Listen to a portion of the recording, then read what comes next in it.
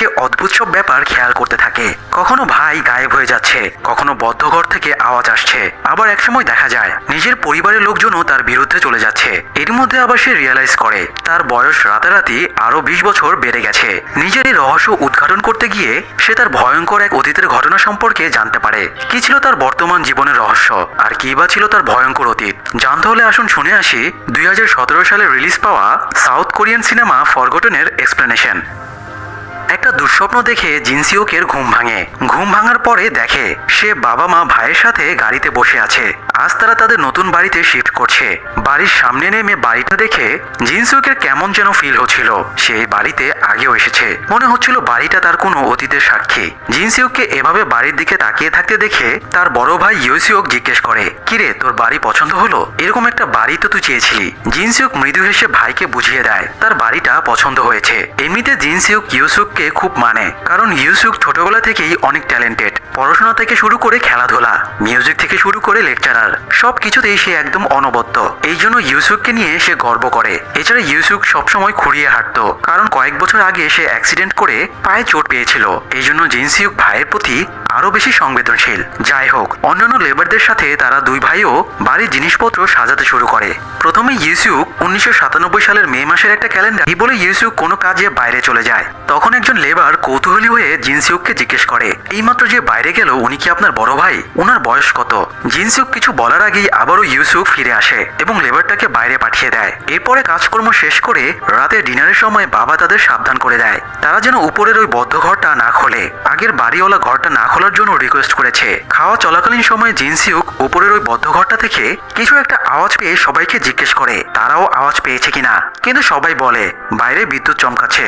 জিনসিউক হয়তো সেই আওয়াজই শুনেছে। তো জিনসিউকও আর তেমন গুরুত্ব না দিয়ে খাওয়া শেষ করে রাতে ঘুমাতে যায়। কিছুক্ষণ পরে সে আবারও ওই ঘরটা থেকে অদ্ভুত আওয়াজ শুনতে পায়। এই জন্য সে এবার কৌতূহলী হয়ে দুরু দুরু বুকে ঘরটার দিকে এগিয়ে যায়। এরপরে যখনই সে দরজা খুলতে যাচ্ছিল তখনই ইউসুক সেখানে চলে আসে। জিনসিউক তার ভাইকে বলে, আমি এই ঘর থেকে অদ্ভুত সব আওয়াজ পাচ্ছি। তখন ইউসুক বলে, তুই কি আজকে ওষুধ খেয়েছিস? আসলে জিনসিউকের অ্যাংজাইটি ডিসঅর্ডার রয়েছে। সে অনেক সময় অল্পতেই ভয় পেয়ে যেত। জিনসিউকের মন অন্যদিকে ঘোরানোর জন্য ইউসুক তাকে বাইরে নিয়ে যায়। বাড়ি থেকে সামান্য এগোলেই পাহাড়ের মতো একটা ঢিবি আছে। ঢিবির ওপরে দাঁড়ালে রাতের শহরটাকে খুব সুন্দর দেখা যায়। তো বৃষ্টির মাঝে ছাতা নিয়ে তারা ঢিবির ওপরে গিয়ে শহরের সৌন্দর্য উপভোগ করছিল।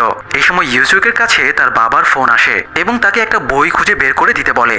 তাই ইউসুক জিনসিউককে অপেক্ষা করতে বলে বাড়ির দিকে হাঁটা ধরে। এ সময় রাস্তায় কয়েকজন লোক ইউসুককে আটকে মারধর করে গাড়িতে তোলার চেষ্টা করে। একটু পরে জিনসিউকও ঢিবি থেকে নেমে বাড়ির দিকে হাঁটা ধরে। তখন সে দূর থেকে দেখতে পায় লোকগুলো ইউসুককে গাড়িতে তুলে নিয়ে চলে যাচ্ছে।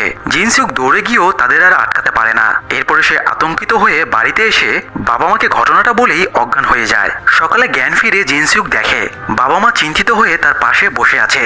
সে প্রথমে ইউসুকের কথা জিজ্ঞেস করলে বাবা মা জানায় তারা পুলিশকে খবর দিয়েছে। পুলিশ এখনো ইউসুককে ট্রেস করতে পারেনি।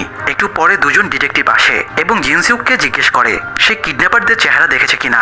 জিনসিউক জানায় একে তো অন্ধকার রাত, তার উপর আবার বৃষ্টি হচ্ছিল, তাই সে কারো চেহারা দেখতে পায়নি। তবে সে গাড়ির নম্বর প্লেটটা দেখতে পেয়েছে। সে গাড়ির নম্বরটা স্পষ্টভাবে বলে দেয় এবং জানায় গাড়িটা কালো রঙের ছিল। তখন পুলিশ বলে এই নম্বরে তো কোনো গাড়ি রেজিস্টার করা নেই, এরকম নম্বর প্লেটের গাড়ি হওয়া সম্ভবই না। তারা জিনসিউকের বলা নম্বরের কাছাকাছি নম্বরগুলো যাচাই করে দেখে, কিন্তু সেগুলোর কোনোটাই কালো রঙের গাড়ি ছিল না। তবুও পুলিশ নিজেদের মতো করে কয়েকদিন অনেক তদন্ত করে, কিন্তু তারা ইউসুকের কোনো ট্রেসই পায় না। এদিকে জিনসিউকের মানসিক পরিস্থিতিও দিন দিন খারাপ হয়ে যাচ্ছিল। সে প্রায় প্রতিদিনই দুঃস্বপ্ন দেখত।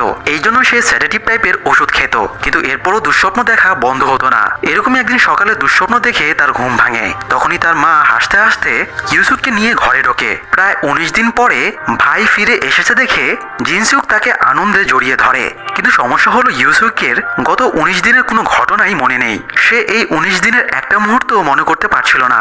তাকে ডাক্তারও দেখানো হয়। ডাক্তার জানায় হয়তো ডিসোসিয়েটিভ অ্যামনেশিয়ার জন্য ইউসুক তার যন্ত্রণাদায়ক দিনগুলোকে ভুলে গিয়েছে। এখন তার স্মৃতি ফিরে আসার জন্য অপেক্ষা করা ছাড়া আর কোনো উপায় নেই। তো এরপরে তারা আর এই ব্যাপার নিয়ে ঘাটাঘাটি করে না। ইউসুক অক্ষতভাবে ফিরে এসেছে, এতেই তারা খুশি। যাই হোক, রাতে দুই ভাই ঘুমাতে যায়। তারা একই ঘরে দুটো আলাদা বেডে ঘুমাতো। তো জিনসিউক হালকা ঘুমের মধ্যে টের পায় ইউসুক উঠে বাইরে যাচ্ছে। যদিও ঘুমের রেস্ট থাকায় জিনসিউক আর তখন কিছুই বলে না। সকালে ঘুম থেকে উঠে জিনসিউক তার সেডেটিভ ট্যাবলেট খাবার সময়ে ট্যাবলেটটা হাত থেকে পড়ে হারিয়ে যায়। সে ট্যাবলেটটা খুঁজছিল, তখন ইউসুক চলে আসে আর তাকে খাওয়ার জন্য ডাকে। তখন জিনসিউক ট্যাবলেট না খেয়ে নাস্তার টেবিলে চলে যায়। নাস্তা করার সময় সে ইউসুককে জিজ্ঞেস করে গত রাতে সে বাইরে কোথায় গিয়েছিল। সে ইউসুকের উঠার এবং গেটের দরজা খোলার আওয়াজ পেয়েছিল। ইউসুক বলে সে কোথাও যায়নি, বরং সে সারা রাতই ঘুমাচ্ছিল। জিনসুক হয়তো স্বপ্ন দেখে এসব আবল তাবল বকছে। তো এরপরে খাওয়া শেষ করে ইউসুক কাজের জন্য বেরোচ্ছিল। তখন জিনসিউক অবাক হয়ে জিজ্ঞেস করে তোমার পায়ে না সমস্যা ছিল, তাহলে এখন স্বাভাবিকভাবে হাঁটছো কিভাবে? ইউসুক এবার একটু বিরক্ত হয়ে বলে দেখ আমার অনেক তাড়া আছে, এখন আর দুষ্টুমি করিস না। এই বলে ইউসুক আবার খুঁড়িয়ে হাঁটতে হাঁটতে চলে যায়। জিনসুক ভাবে এগুলো হয়তো তার মনেরই ভুল ছিল। যাই হোক, রাতে খাওয়া দাওয়া শেষ করে জিনসুক টেবিলে বসে পড়ছিল। তখন ইউসুক রুমে এসে ঘুম পাচ্ছে বলে শুয়ে পড়ে। জিনসুকও টেবিলে বসে ঘুমে ঢলে পড়ে। তখন ইউসুক উঠে এসে টেবিলে রাখা পেন্সিলটা নিয়ে জিনসুকের চোখের কাছে রেখে পেন্সিলের পেছনের বাটনে অনর্গল প্রেস করতে থাকে। এরপরে এক পর্যায়ে পেন্সিলের লিডটা বেরিয়ে যায়। তখনও জিনসুকের ঘুম ভাঙেনি দেখে এবার ইউসুক নীরবে ঘর থেকে বেরিয়ে আসে। অবশ্য জিনসুক এতক্ষণ ঘুমের ভান করেছিল, তাই ইউসুক এই মাঝরাতে বাড়ি থেকে বের হয়ে কোথায় যাচ্ছে দেখার জন্য সে ইউসুকের পিছু নেয়। বাইরে এসে দেখে ইউসুক একদম স্বাভাবিকভাবে হনহন করে হেঁটে যাচ্ছে, তার পায়ে কোনো চোট নেই। একটু পরে ইউসুক একটা ট্যাক্সিতে উঠে যায়। এই জন্য জিনসিউকও একটা ট্যাক্সিতে উঠে ইউসুককে ফলো করতে থাকে। একসময় ইউসুক ট্যাক্সি থেকে নেমে একটা গলির ভেতরে যায়। সেখানেও তাকে ফলো করে গিয়ে জিনসিউক তাকে দুজন লোকের সাথে দেখতে পায়। এই দুজন লোকই ইউসুক মিসিং হবার পরে পুলিশের ডিটেকটিভ সেজে তাদের বাড়িতে এসেছিল। ভাইয়ের এই ভিন্ন রূপ দেখতে পেয়ে জিনসিউক এবার হতভম্ব হয়ে যায়। সে আরো বিস্তারিত জানার জন্য ভেতরে ঢোকে, কিন্তু তখনই সেই দুজন লোক তাকে ধরে ফেলে। তাই তাদের হাত থেকে বাঁচার জন্য সে দৌড়াতে শুরু করে। অনেকক্ষণ ধাওয়ার পরে জিনসিউক একটা জায়গায় লুকিয়ে পড়ে। ওই লোক দুটো তাকে আর না পেয়ে চলে যায়। তাই আস্তে আস্তে জিনসিউক আড়াল থেকে বেরিয়ে আসে। এমনকি ইউসুকও তার নিজের বেডে শুয়ে আছে। ইউসুক ঘুম ভেঙে দেখে জিনসিউক তার দিকে অদ্ভুতভাবে তাকিয়ে আছে। সে কারণ জিজ্ঞেস করতেই জিনসিউক দৌড়ে বাথরুমে ঢুকে দরজা বন্ধ করে দেয়। বাইরে থেকে দরজা ধাক্কিয়ে ইউসুক জিজ্ঞেস করে জিনসিউকের কি হয়েছে। জিনসিউক চিৎকার করে বলে তুমি কে? গতরাতে তোমাকে আমি বাইরে যেতে দেখেছি। তুমি ভেবেছিলে আমি ঘুমিয়ে আছি, কিন্তু আমি তোমাকে ফলো করে বাইরে গিয়েছিলাম আর দুটো লোকের সাথে আমি তোমাকে দেখেছি। ওরা আমাকে মারার জন্য তাড়া করেছিল। ইউসুক বোঝানোর চেষ্টা করে সে গতরাতে কোথাও বের হয়নি। জিনসিউক হয়তো আবারও কোনো দুঃস্বপ্ন দেখেছে, কিন্তু জিনসিউক সেটা মানতে চাইছিল না। সে ভাইকে চিৎকার করে চলে যেতে বলে। কিছুক্ষণ পরে সব শান্ত হয়ে গেলে জিনসিউক আত্মরক্ষার জন্য পানির একটা লোহার পাইপ হাতে নিয়ে বাথরুম থেকে বের হয়। তখনই আচমকা ইউসুক তার উপরে ঝাঁপিয়ে পড়ে।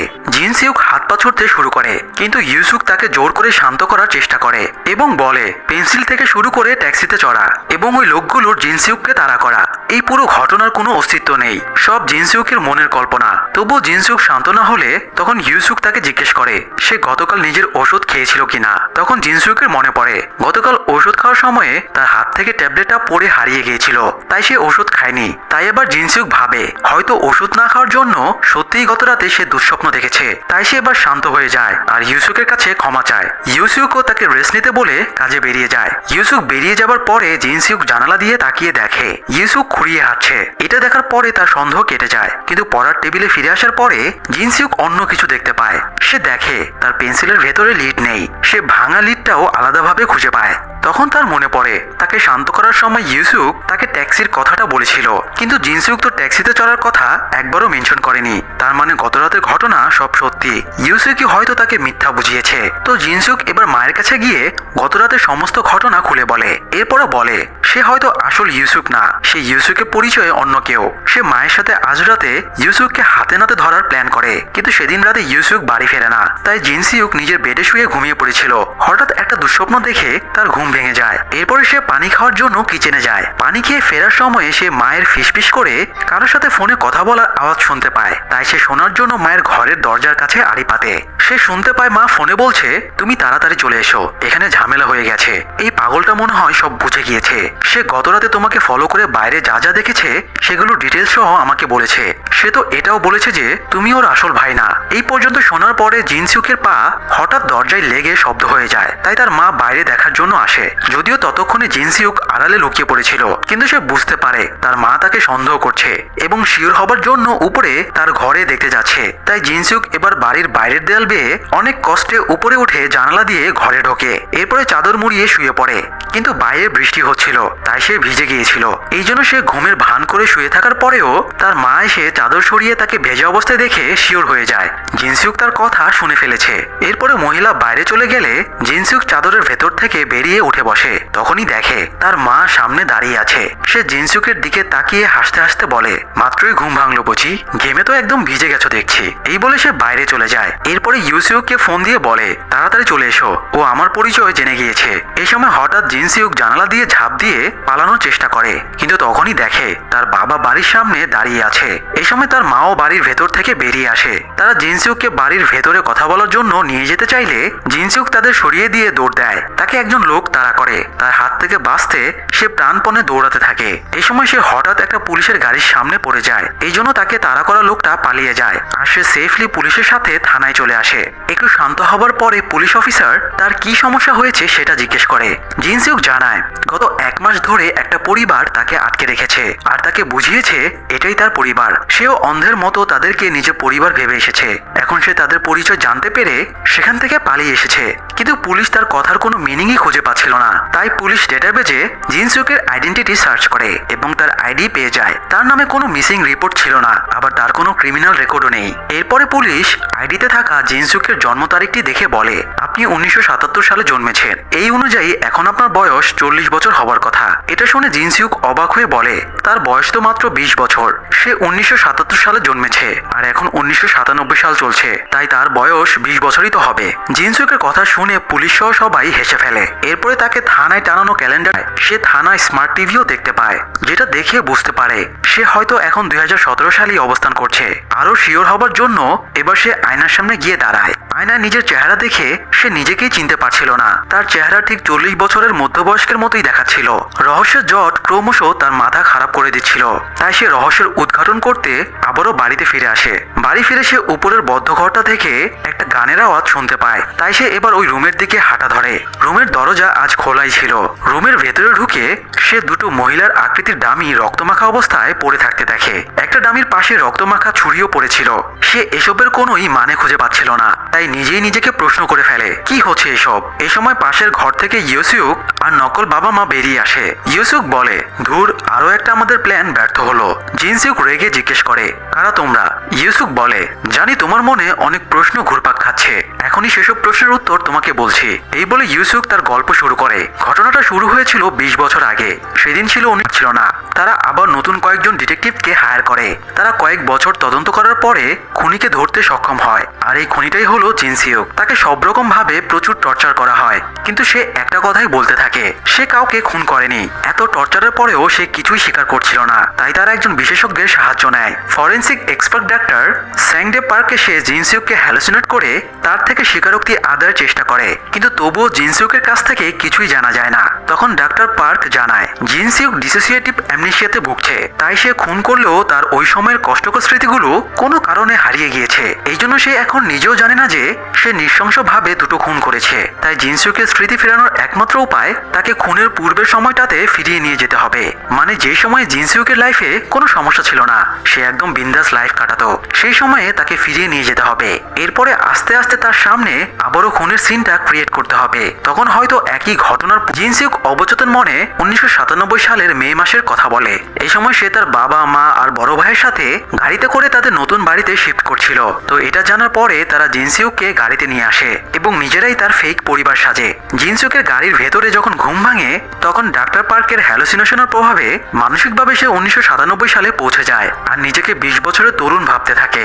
জিনসিউকের কাছে ব্যাপারটা আরো রিয়েলিস্টিক করতে ইউসুক বাড়িতে 1997 এই বদ্ধ ঘরটা থেকে আওয়াজ পেত। এটাও তাদের প্ল্যানেরই অংশ ছিল, যাতে জিনসিউক এই ঘরটার প্রতি কৌতূহলী জরুরি হয়ে ওঠে। তো বাড়িতে আসার প্রথম দিন রাতে ইউসুক জিনসিউককে নিয়ে বাইরে বৃষ্টির মাঝে টিভির উপরে গিয়েছিল। সেটাও কিন্তু তাদের প্ল্যানেরই অংশ ছিল। সে যতক্ষণে জিনসিউককে বাইরে রেখেছিল ততক্ষণে অন্যরা বদ্ধ ঘরটাকে মার্ডার স্পটের মতো করে সাজিয়ে দেয়। এরপর যখন ইউসুককে ফোন করে কনফার্মেশন দেওয়া হয় তখন সে বাবা বই চেয়েছে এই বাহানায় বাড়ির দিকে এগিয়ে যায়। কিন্তু তখনই একটা অপ্রত্যাশিত ঘটনা ঘটে যায়। কয়েকজন পুলিশ এসে ইউসুককে চিটিং কেসের জন্য ধরে নিয়ে যায়। যদিও জিনসিউক ভেবেছিল লোকগুলো ইউসুককে কিডন্যাপ করে নিয়ে যাচ্ছে, আর এই ঘটনার কারণে তাদের প্ল্যানের সবকিছুই গড়বড় হয়ে যায়। যাই হোক, অনেক কাঠখড় পুড়িয়ে 19 দিন পরে ইউসুক ছাড়া পায়। কিন্তু ততদিনে জিনসিউকের উপরে করা ডাক্তার পার্কের হ্যালুসিনেশনের প্রভাব কেটে যেতে থাকে, আর সে ক্রমশই সন্দেহপ্রবণ হয়ে ওঠে। এই জন্য তাদের প্ল্যান পুরোটাই নষ্ট হয়ে যায়। তো ঘটনাটা বলতে বলতে ইউসুক জিনসিউককে নিয়ে গাড়িতে করে আবারও টর্চার সেলে ফিরিয়ে নিয়ে যাচ্ছিল। পুরো ঘটনা শোনার পরে জিনসিউক আবারও অস্বীকার করে বলে সে কারো খুন করেনি। কিন্তু ইউসুক বলে জিনসিউক যেরকম নৃশংসভাবে খুন করেছে তারও মৃত্যু সেরকমই ভয়ঙ্করভাবে হবে। এটা শোনার পরে জিনসিউক বলে সে মরবে না। এই বলে সে গাড়ি থেকে লাফ দেয় এবং পালাতে শুরু করে। ইউসুকও তাকে গাড়ি নিয়ে ধাওয়া করে।